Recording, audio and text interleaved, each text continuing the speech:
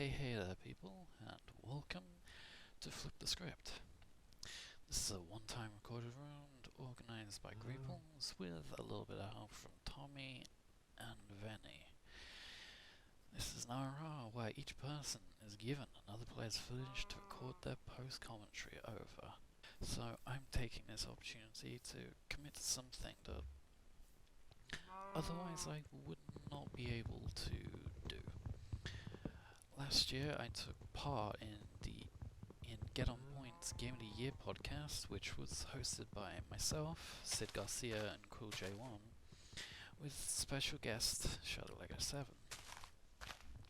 Judging by the inactivity of the chat, I've got a slight feeling that there isn't going to be we aren't going to be getting together to record one this year, so I will take the opportunity to give my own thoughts and opinions on my own personal games of the year. So, I guess I can welcome you all to the unofficial Get On Point Game of the Year podcast for 2019, at least from my own perspective. I have before me an unspecified number of games I wish to talk about. The number will remain unspecified until I finish, just so that you don't guys get a hint on how long the Tomster lives. I should probably also specify that these are my own personal games of the year. That I played this year. This doesn't necessarily mean that they had to be released this year, just that I played them this year. As otherwise there would only be 2 to 3 games on this list, and I'd have nothing to really talk about beyond, midway through episode 2. So, with that out of the way, let's get on with the show. I should point out that I will be building to my favourite game of this year.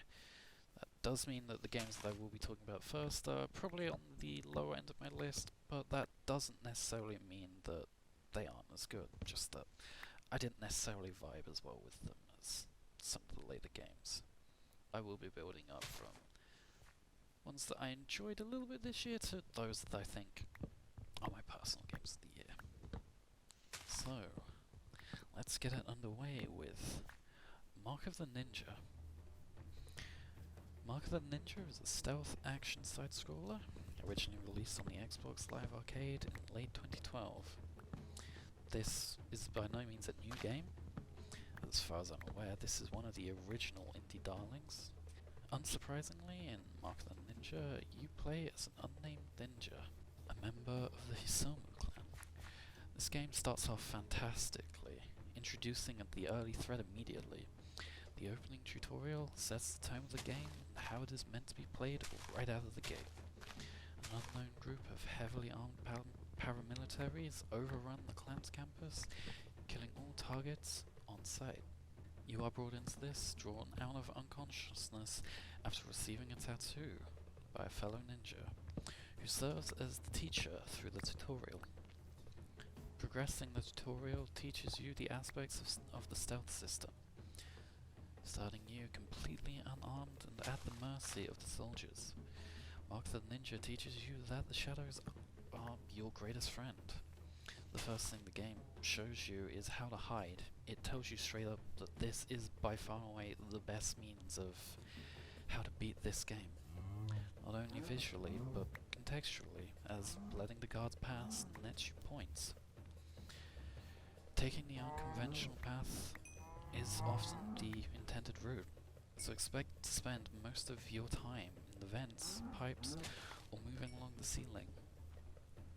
Grappling hooks are introduced as a means of scaling the distances between large gaps, and the game highlights this too. Nothing beats scaling the environment, avoiding the unknown guards, being able to avoid conflict outright via supreme mobility. Of course, being a ninja, stealth is not the only means of passing unseen. Just because you start unarmed doesn't mean that you'll be playing the game passively. Stealth takedowns are introduced once you have fully experienced the passive option. These are a little simplistic, but they get the point across quite well. Takedowns are a short, quick time event. Completing it results in a successful takedown, but a botched one results in an unclean kill. A struggle will break out, one that you will win, but at the cost of being noisy, potentially alerting any nearby guards. These display a simple message: follow the rough directions of the strike to perfect the silent kill. You're also gifted a set of tools throughout the game, unlocking more as you progress. The tutorials gift you with a set of darts. These are pretty basic and in general used for distracting guards or breaking items, and from what I can gather are by far and away the most useful item by far. Removing light sources to take the shadows or to distract the guards to ensure a successful takedown.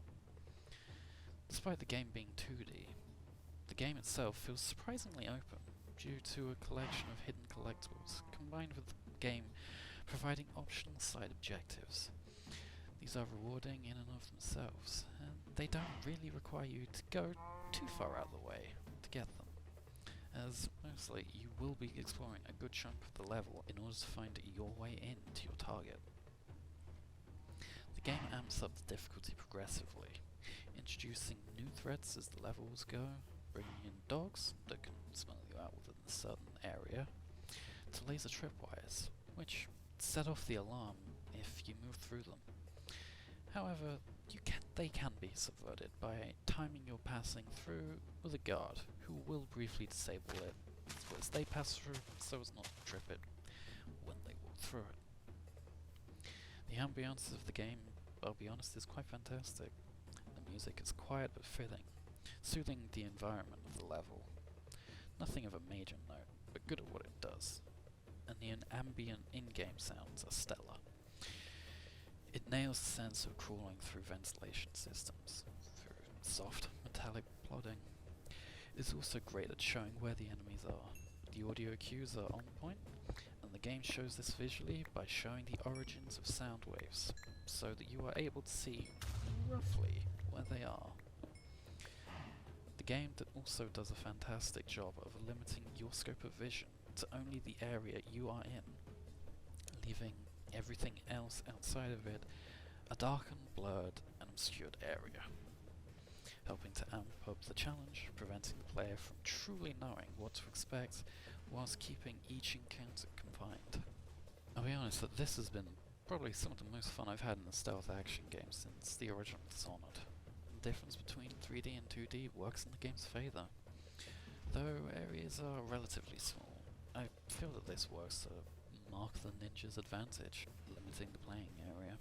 The quality of the game, along with the overall ambience, helps to draw you in further, with the story helping as well. A series of well-animated cutscenes bring the chapters together, providing the necessary backstory and plot hooks to keep you moving forward. Honestly, the game itself feels like it could be reproduced as a cartoon series, what from its overall art style and the quality of its story. Imperator Rome. I'm gonna be frank with this one. This game, I think, is the weakest on my list. Not only that, and considering the community that would mainly be watching my videos, or are likely to watch, coming from the UHC community, I think that they will have little to no interest in the game. However, this is my own personal list, so it would be wrong to not discuss it. Another problem also exists with this game. I haven't played it since a little bit after release, and since there have been 2 separate updates to the game since, my views may be a little outdated, so just take that into account. Imperator Rome is a grand strategy game, produced by Paradox Interactive, developers of the Crusader Kings and Europa Universalis series.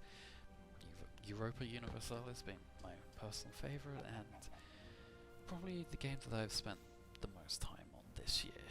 I mentioned these 2 series in particular as the game feels like an amalgamation of most of the 2's features.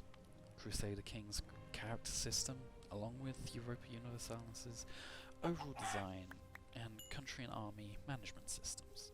The game takes place in a period of time spanning from roughly 500 years after the creation of the city of Rome itself, somewhere in the range of 200 BC, I think, to roughly 400 years after.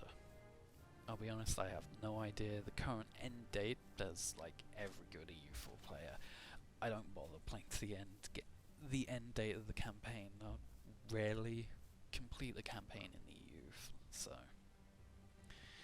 Because to me, the best part of the game is the start, bringing an obscure nation from the depths, navigating the complex political webs in order to grow, striking out on opportunistic conquests in order to grow, becoming the big fish in a little pond, whilst keeping your nation together through all adversity you may face.